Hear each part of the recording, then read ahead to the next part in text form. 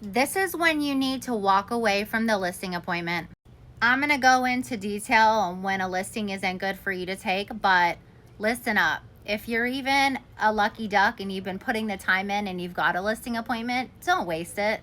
But some of you agents don't know when to walk away, and you take these listings and you agree to the worst, heinous things I've ever seen.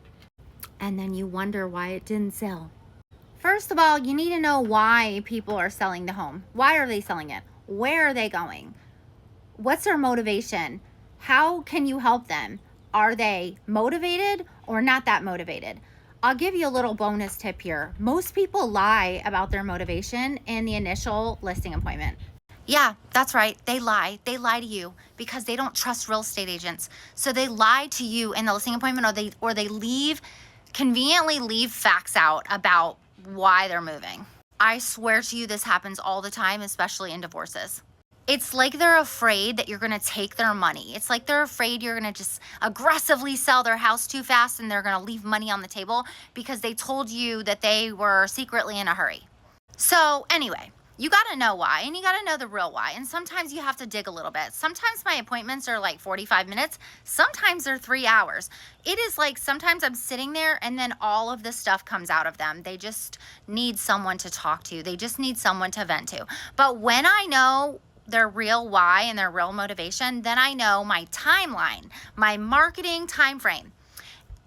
And listen up. You have to know a marketing time frame. You're a marketer. You're going to sell the home, and you need to know how long do these homes typically sell. You're bringing your data to the appointment so you guys can look at it together and figure out if their timeline and the actual timeline of homes like theirs matches. So seriously, if they're like telling you, I've got all the time in the world, I don't really need this money, I'm just going to try it, all these things, I really want to get like, $1 million if I can, because I already think of all these ways I want to spend the money, but if I don't get that, I don't really want to put it on. I don't really have anywhere to go. I would really rethink taking that listing.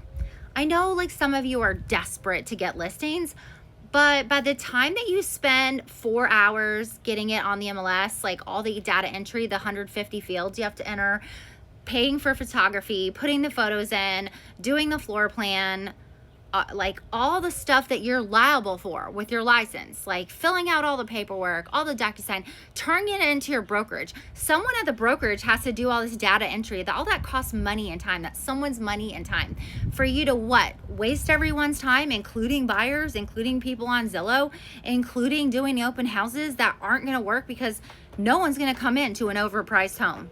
And actually, if they do come into your overpriced open house listing, they're going to tell you that it's overpriced. It's usually all the neighbors that have something to say, and a lot of them are laughing, right? So that's one instance I would not take a home listing. Number two, if they have a unrealistic time frame, like I need this home sold in 2 weeks. Well, most states and most counties and cities can't, the attorneys or title companies can't even do a title search. I mean, they need 10 to 14 days minimum, right?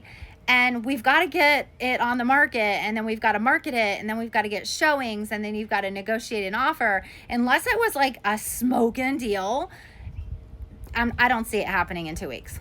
And here's like the third instance where I probably would turn down a listing. When it's so bad, it smells so bad, it's so, oh my gosh, like uninhabitable. I don't know. You know what? I'm lying. I would take that listing. I take ugly listings. I love ugly listings. I've taken lots of uninhabitable listings. But for a new agent, I do not recommend. Sometimes those are really challenging, and you guys don't have the confidence to say, no, you can't buy this with a loan. Like, you need to know what is able to get a loan and what's not able to get a loan. So sometimes when I list these ugly, nasty properties that are hoarded and smell like animals and like have no running water, and the doors are sealed shut from flooding, so those are not able to get a loan. So you got to know about your product. If you're going to take that as a listing, you better know what you're doing, because you're going to get someone in a contract and down halfway through a loan process, and then they're going to be like, oh no, you can't buy this. especially if the seller has no money. We're talking about a whole situation. Anyway, those are the instances that you don't want to take a listing. Super overpriced, horrible condition, and their timeline is not doable.